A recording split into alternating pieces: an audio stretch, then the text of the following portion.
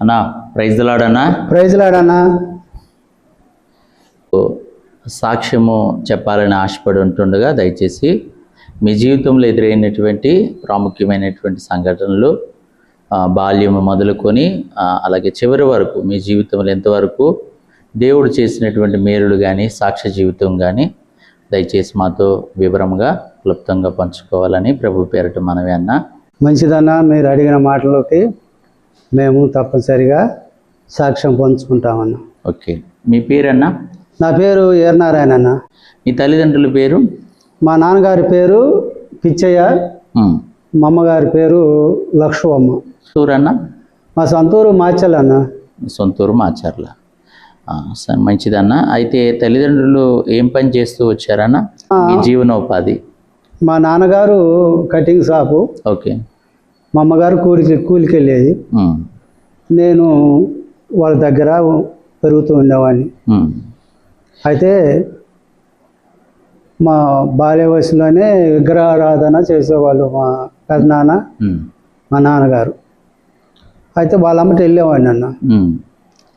ఆ దేవతల గుడికి వెళ్ళి వాళ్ళతో పాటు నేను కూడా ఉండేవాడిని అన్న. అయితే నేను ముగ్గురు మా అన్నదమ్ములు, మా నాన్న లాస్ట్ వాడు. నేను ముందుగా వాళ్ళు పిల్లగాడిగా జన్మించా. అప్పుడు బాగా గారామంగా వాళ్ళు నన్ను పెంచేవాళ్ళు. మా నాయనమ్మ కూడా మంచిగా చూసుకో, మా నాయనయ్య. అయితే ఎక్కువగా హఠం అంటే గోవం అంటారు దాన్ని, లేకపోతే ఈ ఒకటే చెప్పిన మాట వినేవాడిని కాదని అలాగ ఉండేవాడిని. అయితే బాల వయసులోనే మంచి జీవితం, ఎందుకంటే ముగ్గురు కదా. ఒక నాన్న నాకు మంచి డ్రెస్సింగ్ తెస్తే ఇంకొక నాన్న ఎన్నపూసతో పెట్టేవాడు, ఎక్కువ ఎన్నపూస ముద్దలు. అలా తినేవాడిని. అలాగా మా నాయనమ్మ కాడ ఇంకా ఎక్కువగా, అంటే మా నాన్న అంటే నాకు భయం. మా నాన్న మటుకు నన్ను క్రమశిక్షణలోనే ఉంచుతాడు. అయితే ఇంకా మా నాన్న అంటే భయం, దాక్కునేవాడిని. ఇలాగ జరుగుతుంది. ఒక రోజు ఇద్దరం పిల్లలు రోడ్డు మీదకి వచ్చాం. రోడ్డు మీదకి వచ్చి అతనేమో కారు వచ్చేప్పుడు ఉరికేటు, నేనేమో బస్సు వచ్చేట్టు ఉరికేటు పందెం పెట్టుకున్నాను. అతను కారు దూరంగా ఉండగానే వెళ్ళాడు అవతలకి. నేను బస్సు దగ్గర ఆయన ఉరికినాను, దాని కింద పడ్డా. పడగానే అంటే అప్పుడే బ్రేక్ వేసి ఆన్ అయింది బస్సు. అక్కడ ఉన్న వాళ్ళందరూ బస్ కింద పిల్లగాడు ఉన్నాడు, అబ్బాయి ఉన్నాడు అని కేకలు వేశారు. అతని అమ్మటే సడన్ బ్రేక్ వేసి అప్పటికే సెంటర్లో పడ్డా. ఫస్ట్లో వచ్చి లాస్ట్ బ్యాక్లో అంటే వెనక టైర్ల కాడికి వచ్చింది తలకాయ. ఇంకా అలాంటి వెళ్ళిపోతాను. ఆపితే నేను లేచి వచ్చాను అతను. అలాగా అంటే అల్లరి ఎక్కువ, అంటే తల్లిదండ్రులు మాటాను. ఈ టెంపుల్కి పోయి ఆ టెంపుల్లో వాళ్ళు వేసే కానుకలు ఉంటే అవి తీసుకొని కొనుక్కునేవాడిని. వీళ్ళకి తెలియదు ఎందుకంటే వాళ్ళకి తెలిసిన వాళ్ళు ఏమన్నాను. మా నాన్న అయితే కొడతాడు, మా పెద్దనాన్న అయితే కొట్టడు. ఇలాగ బాల్య వయసుతో మా నాయనమ్మ కాడు నన్నాళ్ళు గారంగా పెరిగిన. తర్వాత మా నాన్న కాడికి వచ్చినాక కొంచెం భయం అనేది ఉంది. మా నాన్న ఊపుకోడు, కానీ ఆయనలో ఎక్కువ తాగేవాడు. ఇలాగా బాల్య వయసులోనే ఆహారానికి కరువు అయిపోయింది. ఇద్దరు చెల్లెలు నా తోడ, వాళ్ళకి నాకు జరుగుబాటు లేదు. అలాగా చిన్నతనంలోనే పనికి వెళ్ళేది. 10 సంవత్సరాలు వచ్చినాక నేను బడికి వెళ్ళా. 10 సంవత్సరాలు వచ్చినాక ఎట్టునో నేను ఆ బడికాడికి పోయినప్పుడు మాస్టరు అయ్యా చదువుకోమని చెబితే చదువుకున్నా. ఆ చదువుని 6 తరగతుల వరకు కొనసాగించా. ఇలాగ నా బాల్య వయసులో ఆహారానికి కరువు, ఎందుకంటే ఇంట్లో ఇత్తులు ఉండేవి కాదు. ఉన్నా తీసుకుపోయి ఆయన తాగేవాడు. ఇలా మా అమ్మ కష్టజీవి, మా పిల్లలు ఇద్దరు చిన్నపిల్లలు, నేను. ఇలా జరుగుతుందన్న. ఇలా జరుగుతున్నప్పుడు నేను చదువుకున్న 6వ తరగతి అయింది. అన్నము ఒక పూట కూడా ఉండేది కాదు. పున్నీళ్ళు తాగి బతికేది. పున్నీళ్ళు తాగిన అందరూ మంచి ఆహారం తీసుకుంటుంటే నా తోటి క్లాసులో ఉన్న వాళ్ళు మంచి ఆహారం, వాళ్ళు ఏమైనా కూర ఒక ముద్ద పోగెడతారేమో చూసామని. అంతా ఘోరంగా జరిగింది నా బాల్య వయసు. ఇలా ప్రమాదాలు గురి అయినాయి. రైలు ప్రమాదం నుంచి తప్పించబడ్డది, తర్వాత బావి ప్రమాదం, ఇవన్నీ నన్ను నుంచి ఎవరో ఒకరు నన్ను కాపాడుతున్నట్టు నేను వాటన్నిటి నుంచి ముందుకి వచ్చున్నా. దేవుడు ఈ బాల్య వయసులో ఇన్ని కష్టాలు ఉన్నాయి. మా అమ్మని చూస్తే ఆమె సన్నంగా ఉంటుంది పాపం, ఆమె తెచ్చినవి కూడా ఉంచకుండా తాగుతాడు, ఏందా ఇది అని చాలా బాధతో పెరిగా. ఆయన వీళ్ళు టెంపుల్లో చేసే సేవ ఏంది అనిపిస్తుంది. దేవుడు అంటారు, దేవుడు అనేవాళ్ళు ఇలాంటి తాగుతారా, పోసుకుంటారు, ఇంట్లో ఇత్తులు వచ్చరు, ఇదే భక్తి అని నాకు అది మోసపూర్వకమైన భక్తి అనిపిస్తుంది. అది ఇలా జరిగిందన్న. ఓకే, చాలా సంతోషం అన్న. బాల్యము, మరి మీ పేరు చెప్పారు, తర్వాత మీ ఊరు చెప్పారు, అలాగే చిన్ననాటితనం ఎలా గడిచింది అనేది తెలియజేస్తూ వచ్చారు. మరి అలాగే ఒక మాట, చిన్నతనంలో మరి యేసు ప్రభు గురించి మీకు ఏమైనా చిన్నతనంలో ఎవరైనా తెలియజేశారన్నా? తెలియజేశారన్న. చిన్నతనంలో తెలియజేశారు, కానీ నేను విశ్వసించలేదు. ఓకే. ఎందుకంటే మేము చదివే పాఠాల్లో తల్లోళ్ళు వచ్చి మా దేశాన్ని వెళ్ళి అలా మమ్మల్ని ఇబ్బంది పెట్టారు. ఓకే. అని అది తెలిసి వాళ్ళు దేవుడిని అసలు మనం కొలవద్దు, వాళ్ళ దేవుడు యానో తెల్లో దేవుడు ఇక్కడికి ఎందుకు వచ్చాడు, అసలుకి ఇది అనవసరం, మనకి మన వాళ్ళని అందరినీ బాధ పెట్టినారు, అందుకని నాకు అసహాయం. అసలుకి యేసు ప్రభు కాదు, మన దేవుళ్ళే దేవుళ్ళు. ఆయన ఇంతమంది దేవుళ్ళు ఉండగా ఆ దేవుని నేను అంగీకరించను అని కూడా అన్నా. సరే, చాలా సంతోషం. మీరు ఎంతవరకు చదువుకుంటూ వచ్చారు? మేము అందుకని నేను 10 సంవత్సరాలకి బడికి వెళ్ళటం జరిగింది. అందువల్ల నాకు టైం ఎక్కువైంది, అంటే వయసు ఎక్కువైపోయింది. ఇక 6 వచ్చాక జరుగుబాటు లేక ఆపేసా. 20 సంవత్సరాల్లో పెళ్లి చేసుకోవాలని అనుకున్నా. అంటే పిల్లనిచ్చేవాళ్ళు ఎవరు లేరు. ఓకే. మరి యవ్వన కాలంలో ఎదురైనటువంటి ఏమైనా పెద్ద పెద్ద సమస్యలు లాంటివి ఉన్నాయన్నా? అలాంటి వాటిల్లో నుండి దేవుడు ఏమైనా తప్పిస్తూ వచ్చాడా? తప్పించి వచ్చాడు. యవ్వన కాలంలో నేను చాలా ఇబ్బంది పడ్డా. ఎందుకంటే నేను యవ్వన కాలంలో యవ్వనం వచ్చినాక మా నాన్న మీద తిరగబడ్డా. ఓకే. మా నాన్న ఇంకా ఆపేశాడు ఆ పద్ధతులు. ఓకే. ఆపేసి మాకు దూరంగా ఉండేవాడు. నేను అప్పుడు కొంచెం ఇంట్లో సంపద ఉండేది. ఇప్పుడు నేను కష్టపడుతున్నా, మా చెల్లెళ్ళు కష్టపడుతున్నారు. అప్పుడు మా అమ్మ కష్టపడి ముగ్గురం కలిసి కొంచెం తిండి కరువు లేదు, కానీ ఈ విషయాల్లో కొంచెం మమ్మల్ని ప్రేమించేవాళ్ళు కాదు. ఎందుకంటే మా నాన్న వల్ల మాకు ఇల్లు ఉండేది. మా అమ్మని కర్ర తీసుకొని కొట్టేవాడు, ఆ కత్తి తీసుకొని ఇసిరేస్తే కాలు దిగిపోయింది మా అమ్మకి. అందుకని మేము ఎవరికి అడిగిపోయి ఆడుకోవాలన్నా యాల్వి తక్కువ, అంటే మమ్మల్ని మా అమ్మ నన్ను ఎక్కువగా ప్రేమించేవాళ్ళు కాదు. ఈ జనాలు చాలా ఇటు బంధువులు కాడికి పోయినా కూడా మాకు యాల్వి ఉండేది కాదు అసలుకి. మా పెద్దనాన్న వాళ్ళు వాళ్ళ పిల్లలు ఉండరు కదా, ఇంకా మమ్మల్ని పట్టించుకోవట్లేదు. మాకు ఎక్కడ ఇల్లు లేదు. ఓకే. యవ్వనం అనేది అట్లా గడుస్తుంది అన్న. ఓకే. వివాహము, మీ కుటుంబ వ్యవస్థ గురించి మాతో పంచుకోండి. మీ జీవిత భాగస్వామి గురించి మాకు చెప్పండి. మీ యొక్క వివాహ జీవితంలో ఎలాంటి పరిస్థితులు ఎదుర్కొన్నారు?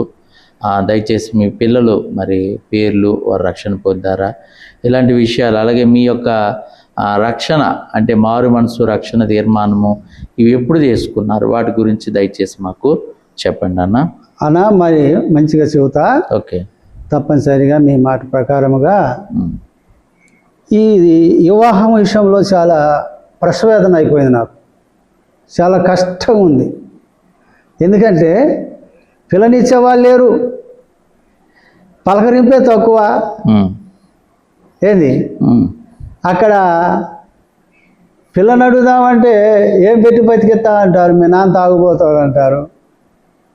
ఇలాగ అవుతుంటాక నేను కటింగ్ షాపులోకి వెళ్ళా కదా, అక్కడికి తెనాలి నుంచి ఒక అతను వచ్చి మా కాడ ఒక అమ్మాయి ఉందండి, మీ కాడ పిల్లగాడు ఉన్నాడని అడిగారు. ఉన్నారంటే అప్పుడు వాళ్ళు కూడా ఆర్థిక పరిస్థితి. ఎందుకంటే వాళ్ళు 6 పిల్లలు 4 మగ పిల్లలు 10 మంది సంతానం. వాడు తాగేవాడే, మా నాన్నలాగానే, మా మామవాడు తాగేవాడే. అయితే ఇప్పుడు ఈ 2 సరిపోయినాయి, కానీ వాళ్ళని పిల్లనీయటానికి మా ఊరు రమ్మంటే వచ్చాను.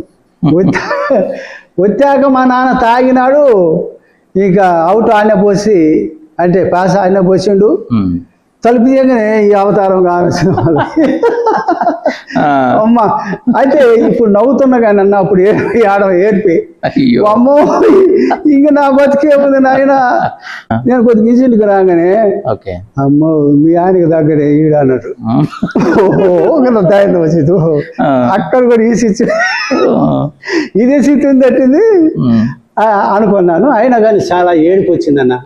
అయ్యా ఇంకా నాకు పిల్లనీరు, ఎట్టా ఈ పెళ్లి విషయంలో ఎట్ట నాయనా అని నేను బాధపడుతుంటే కొద్దిగా ఎదిగి తిరుగుబాటు చేశాడు మా నాన్నమేనా. ఆ కచ్చ పెట్టుకోండు, అతనిలో కచ్చ పెట్టుకొని నీకు పెళ్లి కానీ నేను అంటుండు. ఓరే నాయన దండం పెడతారా, పెళ్లి కానీ పోతే ఎట్టరు నేను ఏంటి పిల్లని ఎందుకు ఇస్తానికి వచ్చినారని వాళ్ళ మీద తగాదు పెట్టుకుంటారు. వాళ్ళు ఇంకా పాదాం పావే మనకి ఎందుకు ఈ సంతానం అంటే ఇక బయట ఉంటారు కదా పెద్దవారు, వాళ్ళకి చెప్పి వాళ్ళు నచ్చ చెప్పించారు.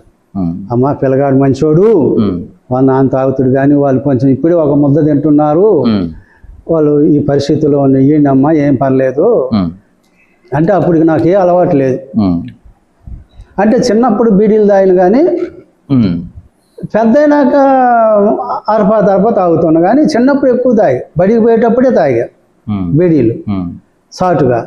అయితే ఎట్టైనా ఈ చెడు లక్షణం ఉంది, కానీ మంచిగా ఉన్నాడని చెప్పారు. ఎట్టైనా అంటారు కదా, అంటారు 100 అబద్ధాలు అని ఒక పెళ్లి చేయమంటారు కదా, వాళ్ళేదో చెప్పారు, ఎట్టనో దయదలిసిండు ఆ పెళ్ళి. అయితే వాళ్ళు మాకు అమ్మాయికి ఏదైనా పెడితే కానీ మేము పిల్లనివ్వమంటారు. ఇప్పుడు ఎట్లా మరి? అయితే 2 ఎకరాల పొలం ఉంది, అది మా అమ్మమ్మ వాళ్ళది, మా నాన్నమ్మ వాళ్ళది కాదు. అప్పుడు ఏం జరిగిందంటే 1 ఎకరం ఆ అమ్మాయికి పెట్టినాం, 1 ఎకరం మా అమ్మకి పెట్టినాం. ఇక నాకేం లేదు, ఇక అత్తయితే ఇచ్చింది. ఇచ్చినాక అప్పు చేసి పప్పు కూడా తిన్నా కదా, ఇప్పుడు అప్పు కట్టాలి కదా. ఇప్పుడు అప్పు కట్టాలంటే ఏం చేయాలా? పని చేయాలి, కష్టపడాలంటే కష్టపడే వాళ్ళు ఈయన అంటారు, దేవుణ్ణి అడుకోపో అంటారు. కొంతమంది ఇచ్చారు, కొంతమంది ఇలా. అప్పుడు మాచలు పోవాల్సి వచ్చి కటింగ్ షాపులోకి. అప్పుడు పోయి వస్తుంటే దేవుడు నాకు ₹1 దొరికిందండి. తర్వాత ₹2 అయింది. ఆ నుంచి ఈ రోజుకి కూడా ధనానికి తక్కువ లేదు. అయితే నాకు ఎట్ట తెలిసిందంటే దేవుడిని అడుకోమన్నా కదా, అనుకోగానే ఇది జరిగింది. ఇది జరిగిటాక ఇప్పుడు దేవుడు తప్పనిసరిగా నాకు సహాయం చేస్తున్నాడు అనిపించింది. అవును, ఖచ్చితంగా. అప్పుడు అలాగనే మరి అప్పులు కూడా తీరటం కూడా బాగా తీరుతున్నాయండి. అప్పులు కూడా తీరినాయి, అప్పులు కూడా తీరిపోయినాయి. అంటే ఇక మా వైఫ్ వచ్చింది కదా, మా భార్య వచ్చింది కదా, భార్య నేను అంటే అంతలోకి మా నాన్న జబ్బు చేసింది. మా నాన్న జబ్బు చేసి మా పిల్లగాడు 6 నెలల పిల్లగాడు, పెద్ద అబ్బాయి కడుపులో చనిపోయాడు. చనిపోయినాక ఈ దినం చేయాలి మరి. అప్పుడు దినం అంటారు కదా, ఆ దినానికి డబ్బులేని, ఈ డబ్బులు ఆ డబ్బులు ఎటుకూడి అక్కడ కొత్తగా ఎన్టీపీఎస్ అప్పుడే ఓపెన్, ఇప్పుడు కరెంట్ ఆఫీస్ ఉందా, అప్పుడు అక్కడ ఓపెన్. అక్కడ మంగళ షాప్ పెట్టా,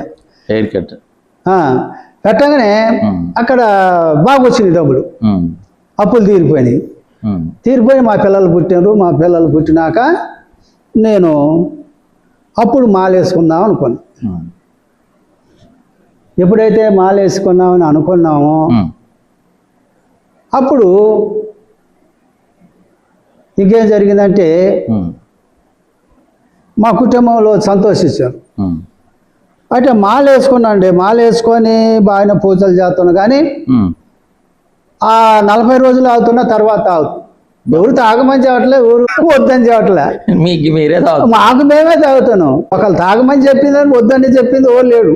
అంటే కానీ మందు మీకు అలవాటు అయిపోయింది. అలవాటు చిన్నప్పటి నుంచి కాదు, ఉగ్గు పాలతో అలవాటు అయినట్టు అలవాటు అయిపోయింది. అవును, ఇక ఇప్పుడు ఈ మానాలంటే కష్టంగా ఉంటుంది. కష్టంగా ఉంది. అయితే మాలను వేసుకుంటే మానుతుంటే మాల వేసుకున్నాక 40 రోజులు ఉంటున్నా తర్వాత తాగుతున్నా. అయ్యో, ఎవరు తాగమని చెప్పట్లా, మరి వద్దని చెప్పట్లా. చెప్పలే. నాకే ఈ దిగులు అనిపిస్తుంది.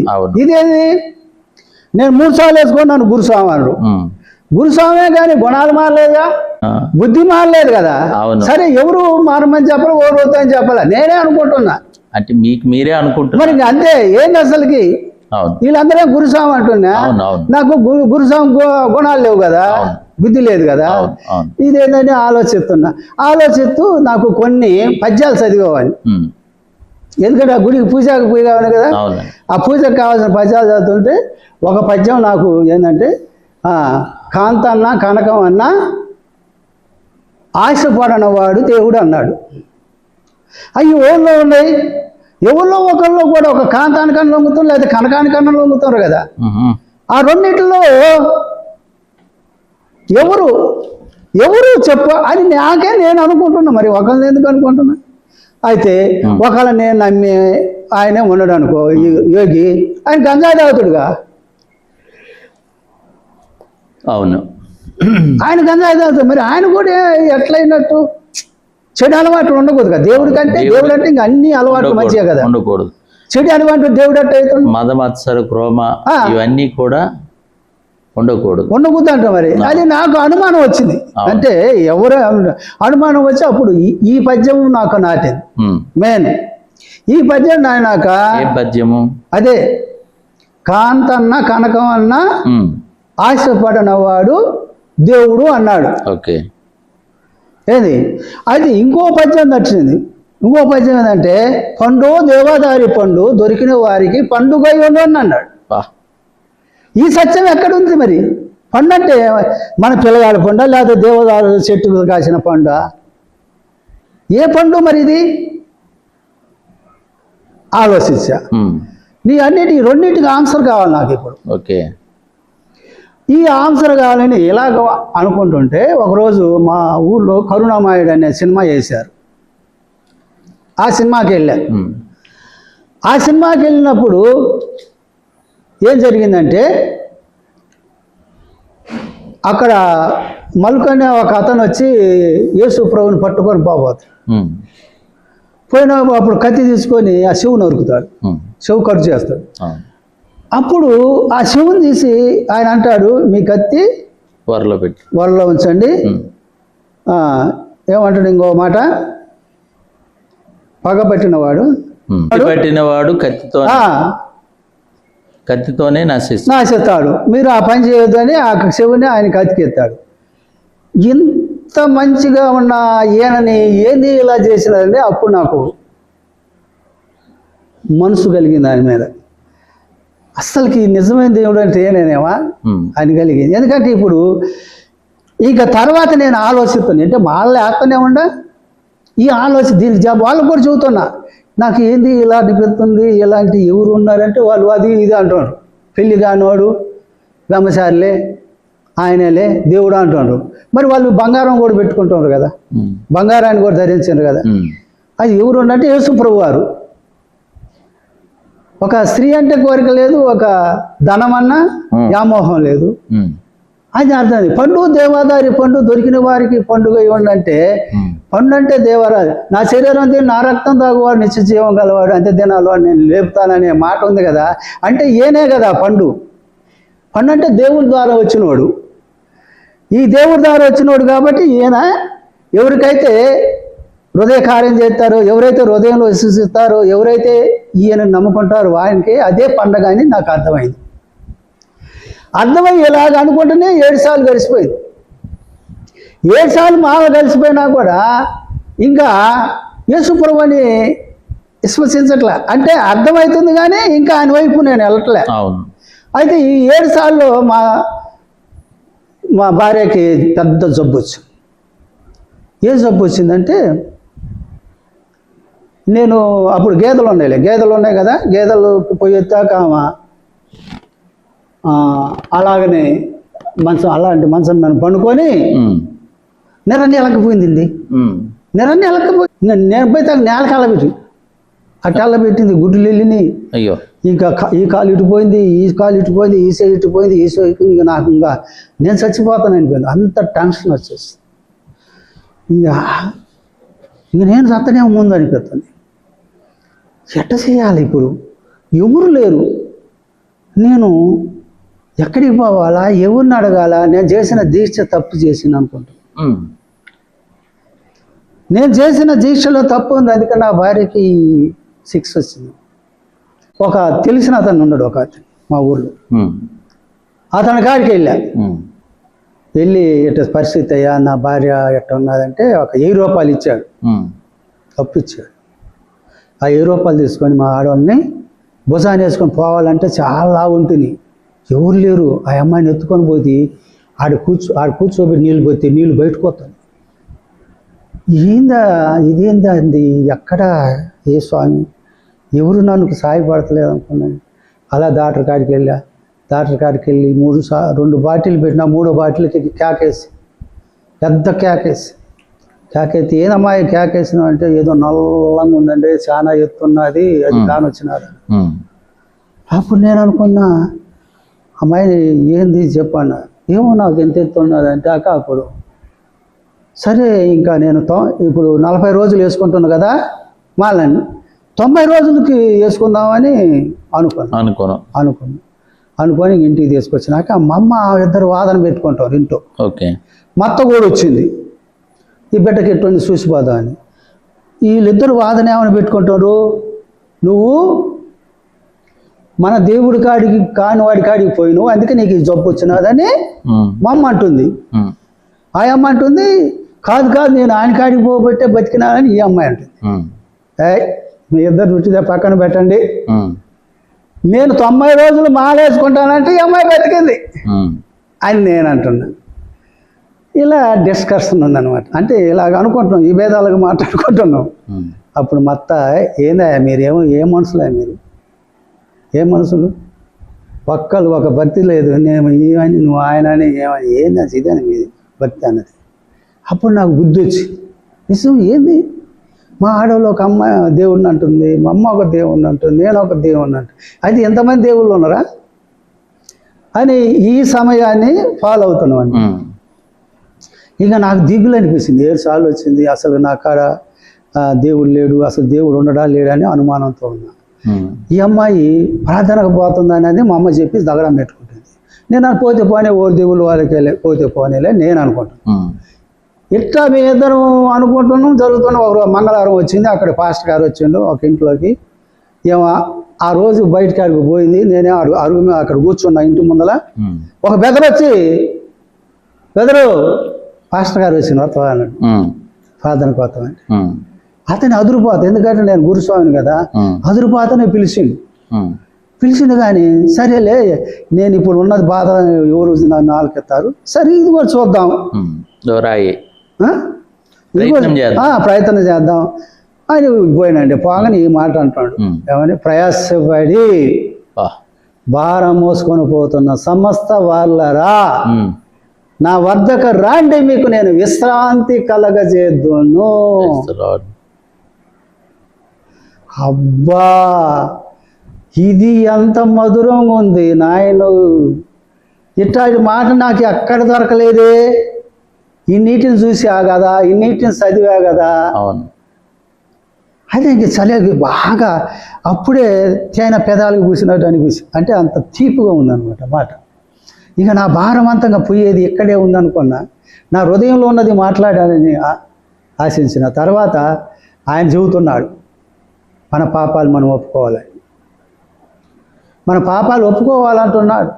ఒకవేళ నువ్వు పాపం లేని వారు అనుకుంటే మనమే మోసపుచ్చుకున్నాం, మనం మోసపరుచుకుంటున్నాడు. మళ్ళీ ఇంకేమంటున్నాడు, మన పాపాలు మనం ఒప్పుకున్న వేళ ఆయన నమ్మదగిన వాడు, నీతిమంతుడు గనక యేసు రక్తం ప్రతి పాపం నుండి మనం కడిగిపరుచును అన్నాడు. అంటే ఎట్ట ఒప్పుకోవాలంటే, మోకాల మీదకి రాండి, మీరు కన్ను మూసుకోండి. మీరు బయటికి అనపైన చాలు కానీ లోపల ఇలా అనుకోమని కొన్ని మాటలు చెప్పాను.